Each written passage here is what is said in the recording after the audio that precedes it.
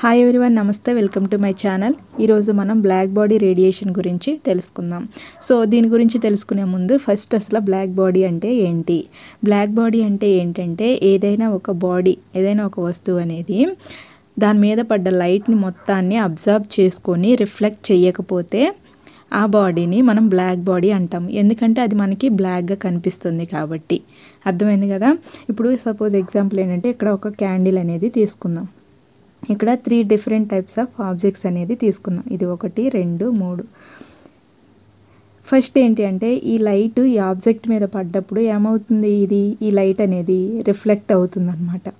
ఇది ఇక్కడ పడ్డప్పుడు ఈ ఆబ్జెక్ట్ మీద ఇది రిఫ్లెక్ట్ అవుతుంది. ఈ లైట్ వెలుతురు అనేది ఈ ఆబ్జెక్ట్ మీద పడ్డప్పుడు అది రిఫ్లెక్ట్ అవుతుంది అనమాట. సెకండ్ ఆబ్జెక్ట్ మీద పడ్డప్పుడు ఏమవుతుందంటే ఈ లైట్ దీని గుండా పాస్ అవుతుంది అనమాట.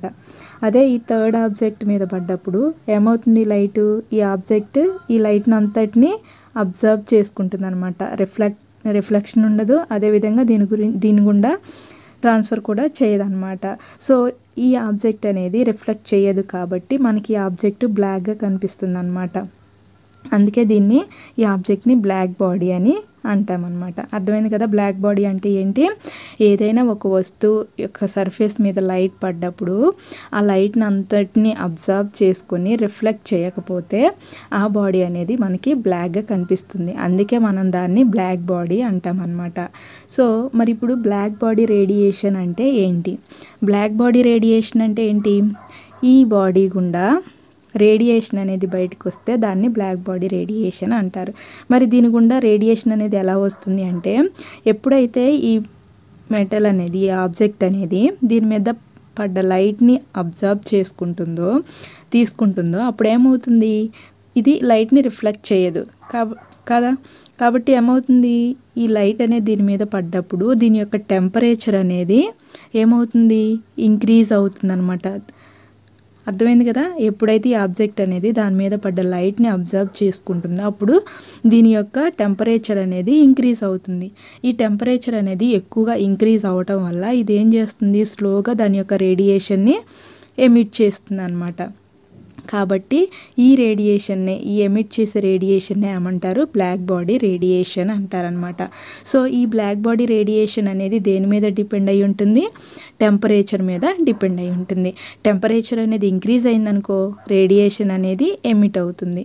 టెంపరేచర్ డిక్రీజ్ అయిందనుకో, అంటే ఇంక్రీజ్ అవ్వలేదనుకో, అప్పుడు రేడియేషన్ అనేది ఎమిట్ అవ్వదు అనమాట. సో ఈ ఆబ్జెక్ట్ యొక్క అంటే బ్లాక్ బాడీ యొక్క రేడియేషన్ అనేది దేని మీద డిపెండ్ అయి ఉంటుంది, టెంపరేచర్ మీద డిపెండ్ అయి ఉంటుంది. అర్థమైంది కదా? సో ఇది బ్లాక్ బాడీ గురించి, ఇంకా బ్లాక్ బాడీ రేడియేషన్ గురించి. అర్థమైంది కదా? ఏ బాడీ అయితే దాని మీద పడ్డ లైట్ని అబ్జర్వ్ చేసుకొని రిఫ్లెక్ట్ చేయదో ఆ బాడీ అనేది మనకి బ్లాక్గా కనిపిస్తుంది అనమాట. అందుకే మనం దాన్ని బ్లాక్ బాడీ అంటాము. సో ఈ బాడీ ఏం చేస్తుంది, ఎప్పుడైతే లైట్ని అబ్జర్వ్ చేసుకుంటుందో ఆ టైంలో ఈ బాడీ యొక్క టెంపరేచర్ అనేది ఇంక్రీజ్ అవుతుంది అనమాట. ఆ టెంపరేచర్ అనేది ఇంక్రీజ్ అవ్వటం వల్ల అది ఏం చేస్తుంది, రేడియేషన్ని ఎమిట్ చేస్తుంది. సో ఈ రేడియేషన్ ఏమంటారు, బ్లాక్ బాడీ రేడియేషన్ అని అంటారనమాట.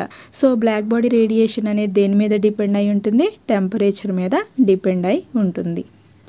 సో ఫ్రెండ్స్, ఇది బ్లాక్ బాడీ గురించి, ఇంకా బ్లాక్ బాడీ రేడియేషన్ గురించి. దీని గురించి ఏమైనా డౌట్స్ ఉంటే, ఏ టాపిక్ గురించి అయినా డౌట్స్ ఉంటే తప్పకుండా కామెంట్ చేయండి. Thank you for watching.